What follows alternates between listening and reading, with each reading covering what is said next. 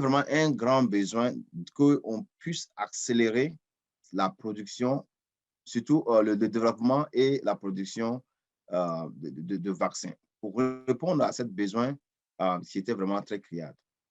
Disons que ici,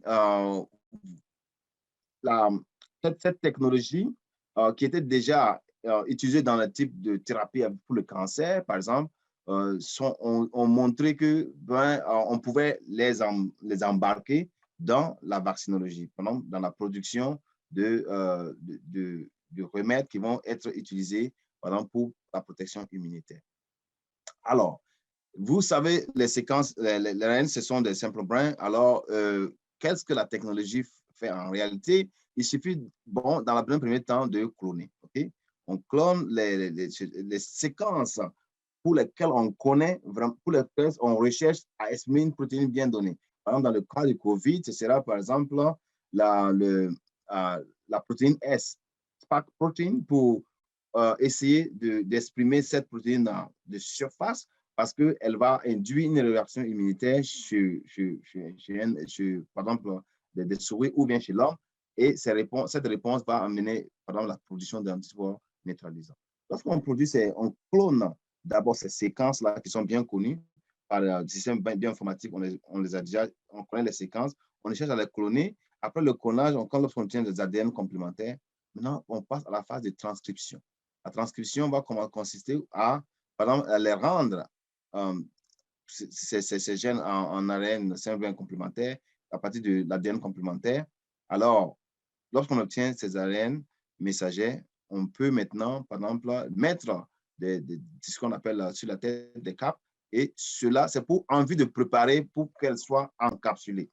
Vous voyez, ça, c'est vraiment plus rapide que, par exemple, de produire le virus en tant que tel, et seulement c'est une partie du virus qu'on aura à avoir besoin. On n'a pas besoin de tout le virus, on a besoin seulement de la protéine de surface qui est la protéine S.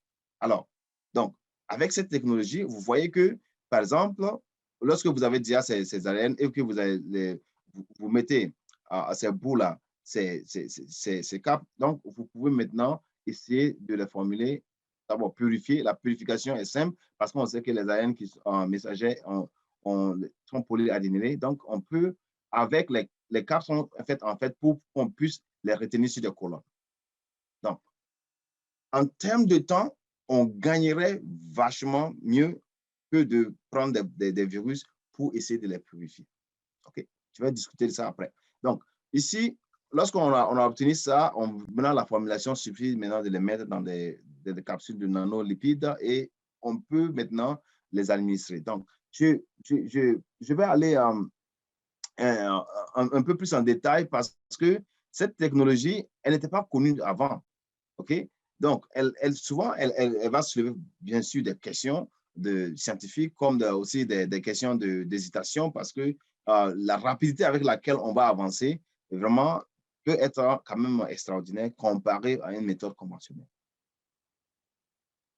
Alors, par exemple, à l'université de Oxford, ils ont essayé de produire ces genres d'ARN pour, par exemple, essayer de les encapsuler ou bien de mettre dans d'autres vecteurs pour les administrer. La technologie était vraiment très simple. On connaît le virus, lorsque la pandémie, au début de la pandémie, les Chinois avaient déjà montré la séquence du SARS-CoV-2 qui causait la maladie du COVID-19. Et cette séquence-là permettait déjà, avec les approches bioinformatiques, de savoir quand, pendant on pouvait prédire quelles sont les protéines immunogéniques. Donc, Sanofi avait déjà fabriqué le vaccin contre le type 1. Donc, pour le type 2, après les études, on a montré que la protéine S produisait chez les malades déjà des anticorps neutralisants. Alors, on va choisir cette protéine-là avec, on va essayer de faire le séquençage du génome. Alors, c'est ce que les Chinois ont fait et ont montré au monde. Maintenant, avec ces protéines, on peut prédire les protéines qui vont être faites. Donc, à partir de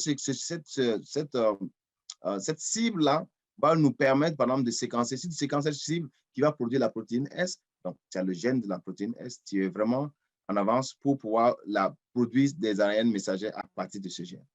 Et nous connaissons déjà tous le processus pour le faire. Donc, avec ces ARN messagers, il y a seulement la formulation qui prend une étape pour voir comment essayer de faire rentrer ces ARN-là dans l'organisme, dans les cellules. Et ça va demander aussi quand même un travail qui est déjà connu, puisque je vous ai dit qu'on a déjà utilisé dans le type de cancer, de thérapie, d'expression génique.